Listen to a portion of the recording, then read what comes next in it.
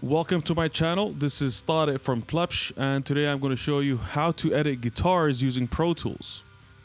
So quantization, right?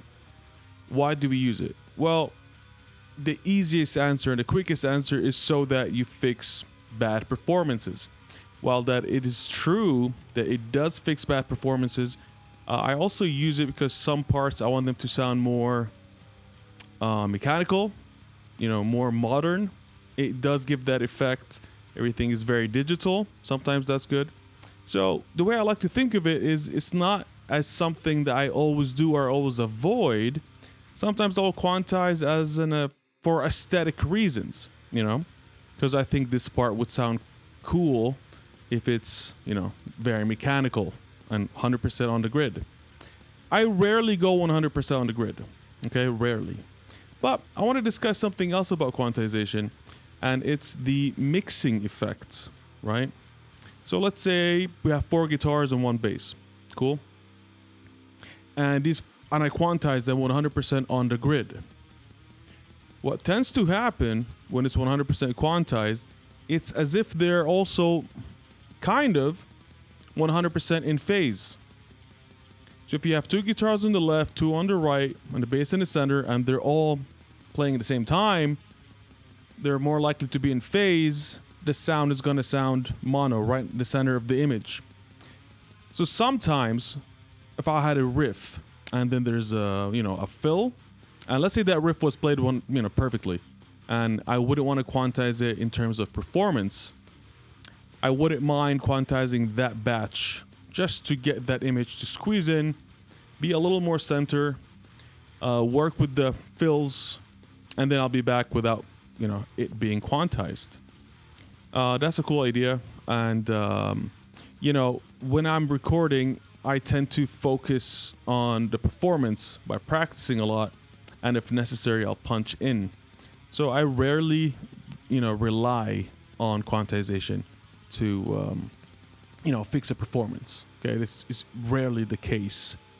Of course, if I was mixing somebody else's work and, the guitars just they weren't played properly and I wasn't in the recording session, then obviously I'm gonna stitch that whole performance. In the next video, I'm gonna show you how to do this whole workflow step by step, right? From beginning to end. Generally speaking, clean up the analysis lines, anchor them with warp lines, then quantize. That's it. Highlight, quantize. When I'm quantizing, most of the time it's about 30%. I don't think I've ever went 100%. That's just, taste-wise, not for me. Maybe for gent and more modern productions, that would be great, but not what I usually go for, right? All right, so here's some DIs for you. This session, old DIs, old recordings. I tend to focus a lot on the performance, so you're not probably going to see a lot of problems in it. But let's just hear the DIs by themselves. As you can see, there's no processing, there's no reamping signal. This is just DIs.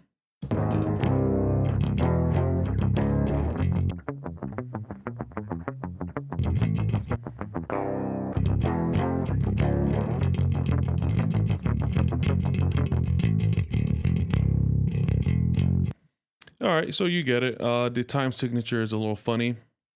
It goes 4/4, then 6/8, 7/8. That doesn't matter. This is just how I write. What I do is I record the song and then I figure out the time signature afterwards. Something I do a lot, but that's not the point. So let's begin. So number one is that you gotta activate the elastic audio in the tracks here. So for bass, usually go for mono, for guitars, polyphonic, right? And then step 2 would be to immediately go to, let's highlight them all. It would usually look like this waveform. What I would do is move it into analysis. And these are the lines that Pro Tools pretty much understood as events. So that once you start to quantize it, these are the lines that will be moved. And initially, Pro Tools will give you more than, a lot of lines, especially if doing, extreme metal. it's going to give you a lot more. So what I would do is very simply just highlight one of them, right? Triple click to highlight any of them. Then command, which one was it? Command numpad 5, right? Once I open command numpad 5, I could lower the event sensitivity a little more. This will help me just generally, get the right number of lines. As you can see, there's some that are useless. For example, this one. Usually 94 is good for me. So I'll drop. There we go.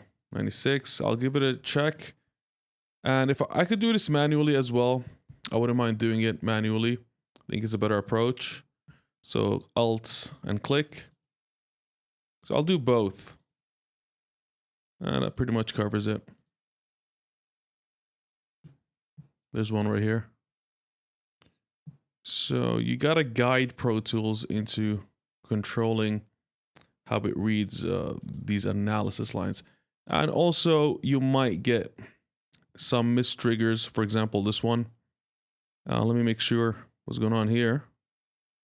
I'll zoom in. Yeah, so in this case, that's triggered falsely. It could be true, but I guess it's not. The pick hit would be somewhere around here. Okay. If you want to add as well, you could add. Here we go. And I'm done with that track. Of course, I would do that for the rest. Okay, so imagine we've done that. I'm just gonna quickly go through that right now.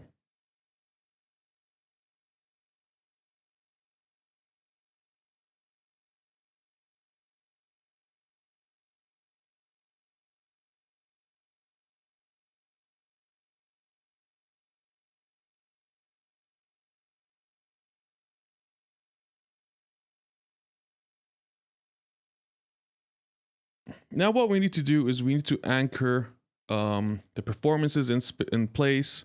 And let me tell you what anchoring is. We're going to go to warp here. That's where we could move it manually. And if I click any one of them and I want to adjust it, look at what happens at the other end. It pushes out, and that's not something we want. What I would do right now is a good time to anchor it. I would usually do the the easy parts like this just all together. Just double click the beginning and the end of all the tracks, or all prominent performance pieces, let's call them, right? Very importantly is I have to place a warp marker at the very end. Just at the very end, just to make sure it doesn't overlap in any way. Just to basically control and just lock it in so that whatever I do, it doesn't jump over to the other part. And let's just make sure what I mean by that. If I move it forward or do some adjustments, it's going to jump to the chorus part, and that's not what we want. I'll fix this later. There are some problems, but that's for another time. So here we are. So the parts are locked in. Okay, exactly like I want them. Just fix this. Now comes for the fun part. So far we didn't fix anything yet. We just cleaned up and we placed markers. That's all we did. Now, what I would do is I would listen. And if there's any problem, then I will adjust. But I'm not going to judge it by looking at it. For example, right now, this looks like it's all over the place and it probably sounds sloppy. But I'm not going to judge on sight. There could be a reason for that. How I played it might sound better. Again, this is a preference thing. I'll show you how to do both. It doesn't matter. So for example, these performances, they're not on the grid. Let's go on grid mode. Let's make it fine. Yeah, so there's a little bit, deviation, but that's good in my opinion. So let's listen first of all. And I'm going to make a marker wherever I feel like there's a problem. At the same time,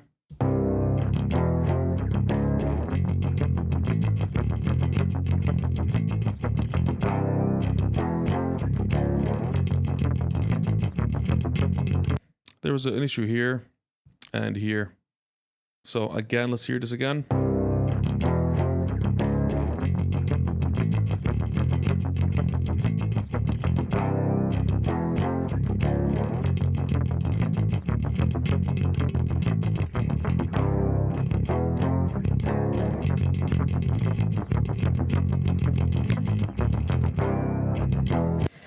All right, so I'm gonna make a mental marker. I don't need to put it on the ruler. So the first one, this complicated part, and the other one. So let's go in now.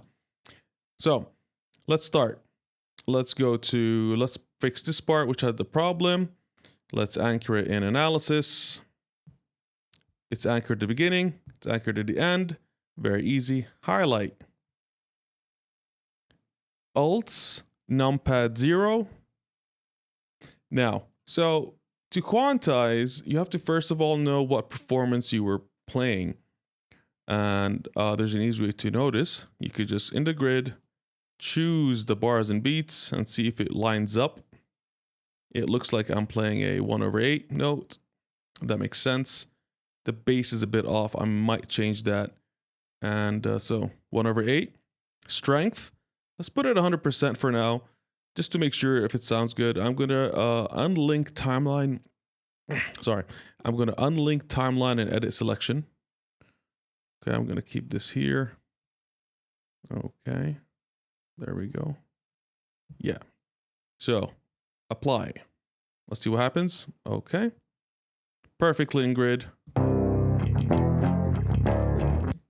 So, undo. Yeah, that was better. That was definitely better, but 100% is not my taste. I don't like that much. So, undo. Also, let me fix this analysis line. It's a bit off here. Let's fix it here. Quick fix. Actually, let's fix all of them. Okay. Yeah, seems about right. So, highlight. And of course, this is the time where I'm going to audition and see how much quantization I want. Let's start with about 30. There we go. I like 30. Undo. Let's go a little up.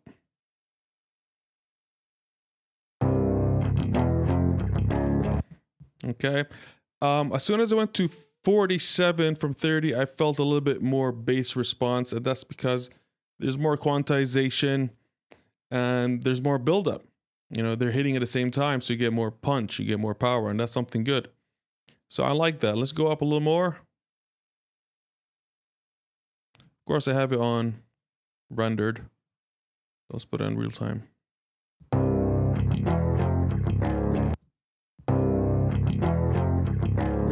Okay, so when I'm listening to it in stereo, I felt like everything became more mono, just right in my face, middle of my face. I don't like that. Let's go back, undo, bring it back to about 50.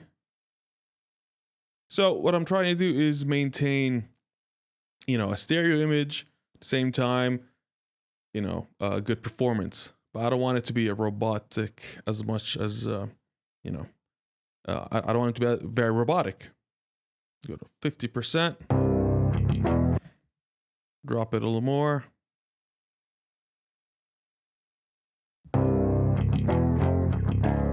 Perfect.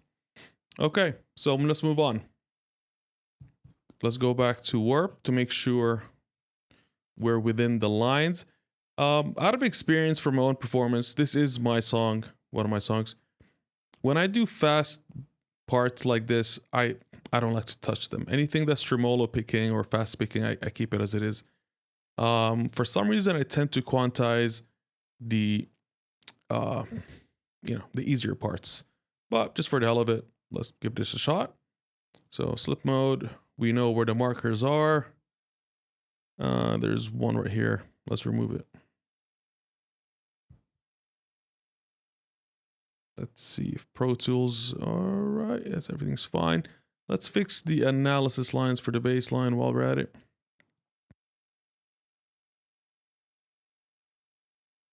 I like how it looks. Some people will nerd out even more and go very, you know, in depth, but again, I'm not doing 100%, so I don't really care. I'm just seeing if I could get a better performance out of it. Highlight, and as you can see, I'm always within the borders of warp markers so that I don't mess up anything after that. And this is a 1/8. Yep, let's go for 100 just for the hell of it. And here we go. Let me just place this here.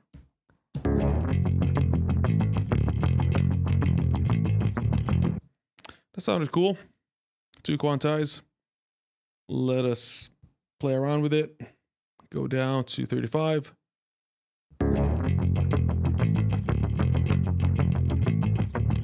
Yeah, that did it for me more than the 100.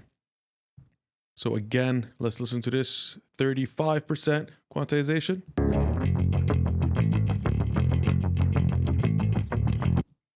Undo. 100.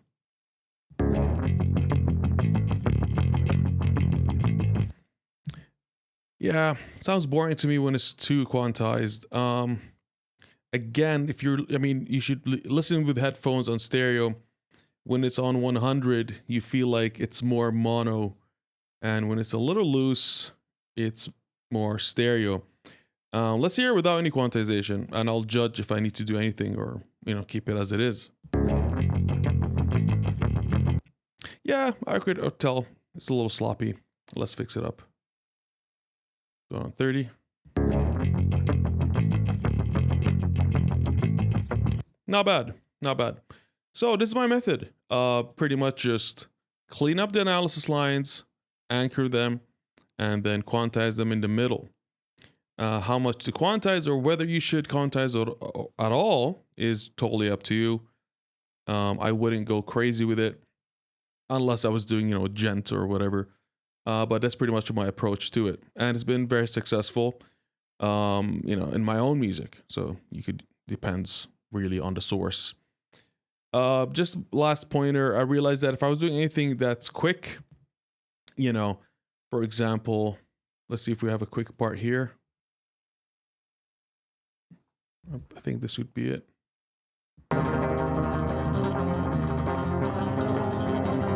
Yeah, so I would absolutely not touch this part.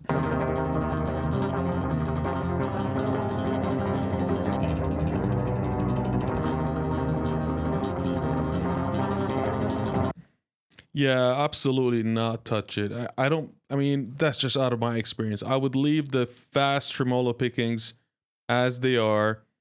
They have a ton of attitude, and they're not meant to sound, you know, in tandem or anything. They're meant to sound chaotic. And really, even if you try to fix it, it won't happen. Let's see this part.